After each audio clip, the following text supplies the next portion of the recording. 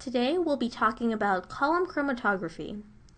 What is this even useful for? Well, when drug companies are trying to produce large amounts of medicine, they need to be able to use a purification process that can be done on a pretty large scale. So sometimes in their product, they need to get just the final active ingredient purified, and column chromatography is a great way to do that. So how would we set that up in our organic chemistry lab? Remember that the stationary phase is the silica gel or other material inside the column, and the mobile phase is the solvent that you pour into it. Well, let's take a look at the equipment. Shown here in blue, we have the column. This has a few different parts. It has an opening at the top, through which you can pour things in, a stopcock at the bottom, which I've currently shown in the closed position, and also a flask at the bottom to collect whatever it is you're using. But it doesn't have to be a flask. You could use test tubes or really any other piece of glassware you'd like. So how do we begin? First, we need to pack this column full of some kind of filtration material. But we also want to make sure that that stuff doesn't just run through and spill into the flask. So first you want to put a little cotton ball at the very bottom. This is very small, and usually what you end up doing is taking a long stick and just kind of ramming it right up against the stopcock. Next, what I'd put in is a fine layer of sand, and you want to try to get this to be as just horizontal as possible, not tilted or slanted. And I'll explain that later on, but you want to do that with any layer you're adding onto the column. They should all be perpendicular to your column. Next, what you do is add in the silica. The silica will take up most of your column, and you would be using that to fill almost all of it, just pouring it all in till it reaches a line of, say, about here.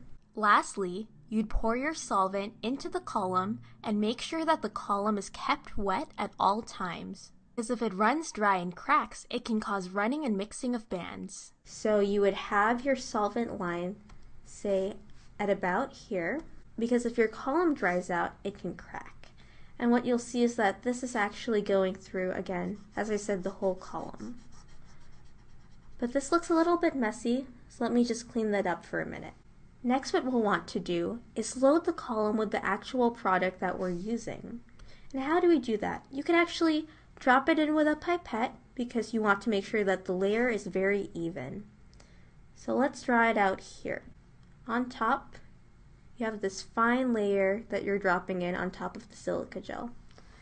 But how can I push this through the column and into the flask? Well, the first step I'll need to take is actually just opening up your stopcock. So why do we need to open up the stopcock? Well, when you pour in the solvent, you want the band to start going down the column and traveling down, and that'll only happen if, the liquid can flow out the other end.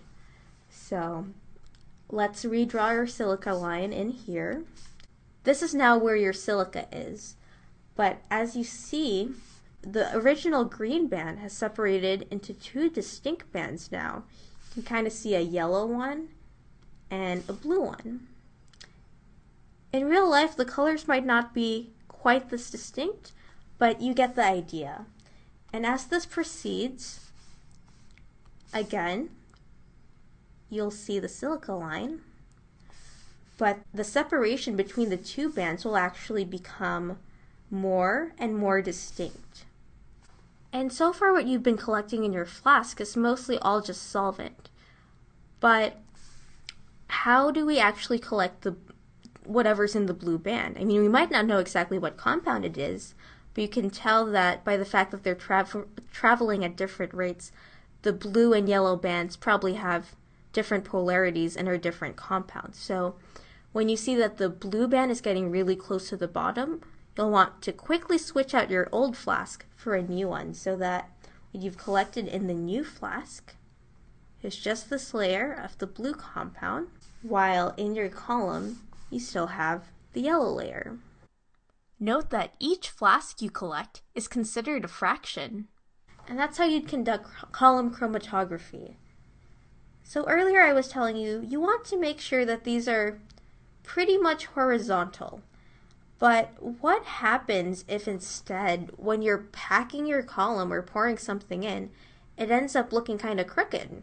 So in this case, let's say that our column was pretty crooked. What you would see instead, this is the silica line, but as those two bands traveled through, instead of seeing them just parallel to one another and again perfectly perpendicular to your column, what you'd see is something that looks more like this. You have the yellow band kind of slanted. Then you'd also have the green band slanted if you had loaded in your compound in this slanted manner.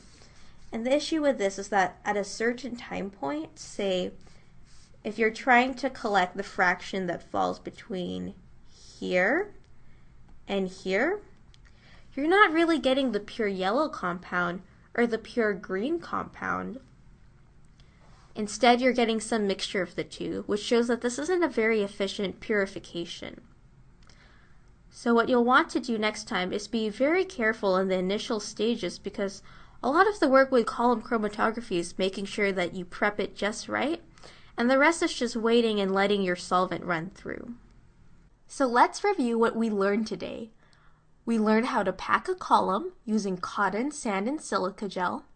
And we also learned how to separate compounds using column chromatography based on their polarities.